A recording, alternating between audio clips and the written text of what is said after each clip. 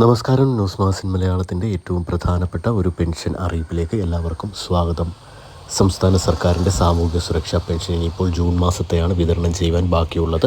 കഴിഞ്ഞ മാസം വരെ കൃത്യമായി തന്നെ നമുക്ക് എല്ലാ മാസവും സംസ്ഥാന സർക്കാർ സാമൂഹ്യ സുരക്ഷാ പെൻഷനും ക്ഷേമ പെൻഷനും ക്ഷേമനിധി ബോർഡ് പെൻഷനുമൊക്കെ എല്ലാ മാസവും നമ്മളുടെ അക്കൗണ്ടുകളിലേക്കും കൈകളിലേക്കുമൊക്കെ ഇപ്പോൾ നൽകി കഴിഞ്ഞിരിക്കുകയാണ്. അപ്പോൾ കഴിഞ്ഞ മാസം നമുക്കറിയാം ഒരു മാസത്തെ കുടിശ്ശിക കൂടി കൂട്ടിച്ചേർത്താണ് നമ്മളുടെയൊക്കെ അക്കൗണ്ടുകളിലേക്ക് പെൻഷൻ തുക എത്തിയത്. അത് 3200 രൂപയായിരുന്നു എത്തിയിരുന്നത്. അപ്പോൾ ഇനിയിപ്പോൾ ജൂൺ മാസത്തെ പെൻഷൻ വിതരണമാണിപ്പോൾ നടക്കുവാൻ പോകുന്നത്. അപ്പോൾ ജൂൺ മാസത്തെ പെൻഷൻ വിതരണത്തിൻ്റെ പ്രഖ്യാപനം നിലമ്പൂർ ഉപതെരഞ്ഞെടുപ്പിന് മുമ്പ് തന്നെ ഉണ്ടാകും എന്ന അറിയിപ്പാണിപ്പോൾ പ്രധാനമായും വന്നിരിക്കുന്നത്.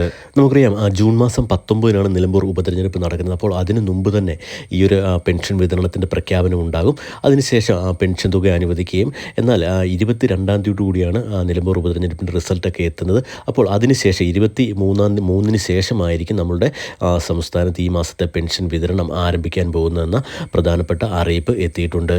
മസ്റ്ററിങ് ചെയ്തിട്ടുള്ള എല്ലാ ആളുകൾക്കും ഈ ഒരു പെൻഷൻ തുക എത്തും. നമുക്കറിയാം നമ്മളുടെ പെൻഷൻ ലിസ്റ്റിൽ ഇപ്പോൾ 62 ലക്ഷത്തോളം ആളുകളാണുള്ളത്. ഇതിൽ മസ്റ്ററിങ് ചെയ്ത ആളുകളിൽ നിന്ന് ബാങ്ക് അക്കൗണ്ടുകൾ വഴി പെൻഷൻ സ്വീകരിക്കുന്ന ആളുകൾക്കായിരിക്കും 23-ാം തീയതി കൂടി അവരുടെയൊക്കെ അക്കൗണ്ടുകളിലേക്ക് ആദ്യം പെൻഷൻ തുക എത്തിച്ചേരുക. പിന്നീട് 25 മുതലായിരിക്കും നമ്മളുടെയൊക്കെ കൈകളിൽ പെൻഷൻ സ്വീകരിക്കുന്ന പെൻഷൻ ഗുണഭോക്താക്കൾക്കുള്ള വിതരണം സംസ്ഥാനത്തെ എല്ലാ ജില്ലകളിലും ആരംഭിക്കാൻ പോകുന്നത്.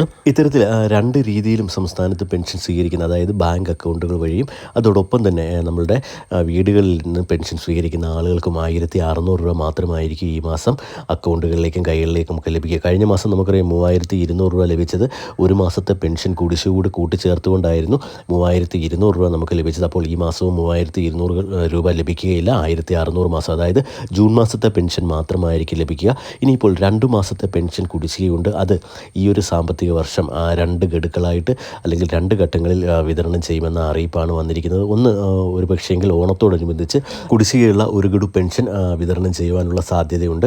പിന്നീട് അത് ക്രിസ്മസിനോടനുബന്ധിച്ചായിരിക്കും മറ്റ് കുടിശ്ശികയുള്ള ഒരു ഗഡു പെൻഷൻ വിതരണം ചെയ്യുക. അപ്പോൾ ഇത്തരത്തിൽ ഈ വർഷം തന്നെ ഈ ഒരു 2 ഗഡു കുടിശ്ശിക കൂടി വിതരണം ചെയ്യാനാണ് സംസ്ഥാന സർക്കാർ തീരുമാനിച്ചിരിക്കുന്നത്. ഇനിയിപ്പോൾ 2026 ഇലക്ഷനൊക്കെ, അതായത് നിയമസഭാ തിരഞ്ഞെടുപ്പൊക്കെ വരുന്ന സാഹചര്യത്തിൽ അതിന് മുമ്പ് തന്നെ ഈ ഒരു പെൻഷൻ കുടിശ്ശിക തീർത്തുകൊണ്ട് പെൻഷൻ വർദ്ധിപ്പിക്കുന്ന കാര്യത്തിൽ ഇതിന് മുമ്പ് തന്നെയുള്ള തീരുമാനമുണ്ടാകും. അതായത് 2026 നിയമസഭാ തിരഞ്ഞെടുപ്പ് മുമ്പ് തന്നെ പെൻഷൻ കുടിശ്ശിക തീർത്തുകൊണ്ട് പെൻഷൻ വർധനവിനെ പറ്റിയുള്ള തീരുമാനം സംസ്ഥാന സർക്കാർ എടുക്കുമെന്ന സൂചന ലഭിച്ചിട്ടുണ്ട്.